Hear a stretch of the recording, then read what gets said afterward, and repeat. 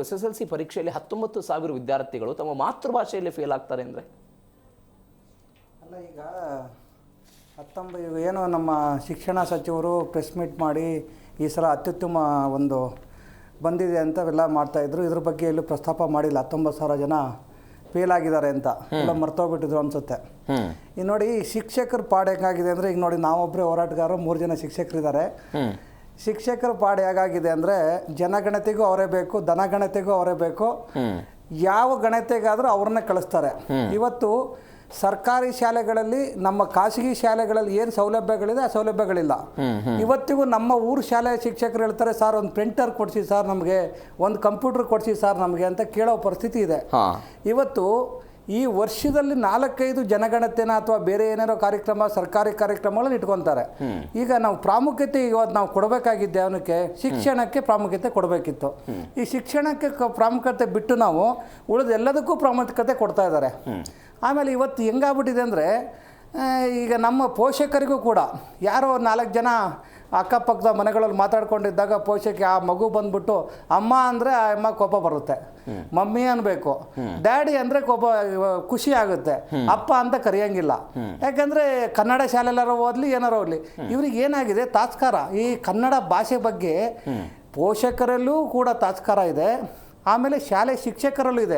ಏನು ಮಾಡಿದ್ರು, ಏನಪ್ಪ ಇಂಗ್ಲೀಷ್ ಕಲಿತೀಯ ನೀನು, ಹಿಂದೆ ಕಲಿತೀಯಾ, ಹೋಗು ಅನ್ನೋ ಥರ. ಅಂದರೆ ಆ ಒಂದು ಒತ್ತು ಕೊಡೋದಲ್ಲಿ ನಮ್ಮಲ್ಲಿ ಪೋಷಕರು ಮತ್ತು ಶಿಕ್ಷಕರು ಇಲ್ಲ ಒಂದು ಇದಾಗಿದೆ. ಏನಾಗಿದೆ, ಆ ಕನ್ನಡಕ್ಕೆ ಒತ್ತು ಕೊಡ್ತಾನೆ ಇಲ್ಲ.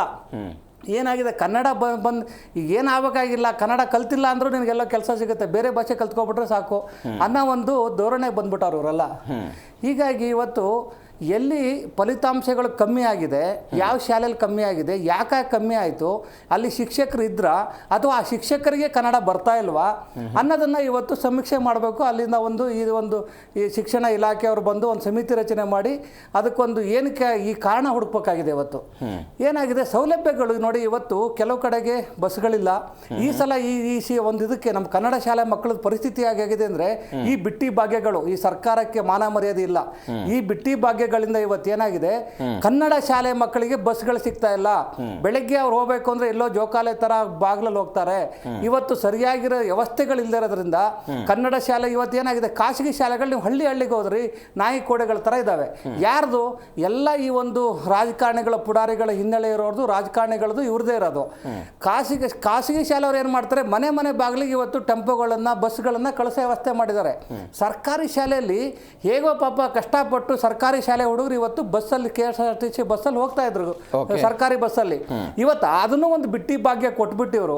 ಸರಿಯಾಗಿರೋ 100 ಬಸ್ ಇದ್ರೆ 40 ಬಸ್ ಮಾತ್ರ ರೋಡ್ ಮೇಲೆ ಬಿಟ್ಟು ಆ 40 ಬಸ್ಸಲ್ಲೂ ಇವತ್ತು ಶಾಲೆಗೆ ಹೋಗದೇ ಇರೋ ತರ ಮಾಡಿಟ್ಟಿದ್ದಾರೆ.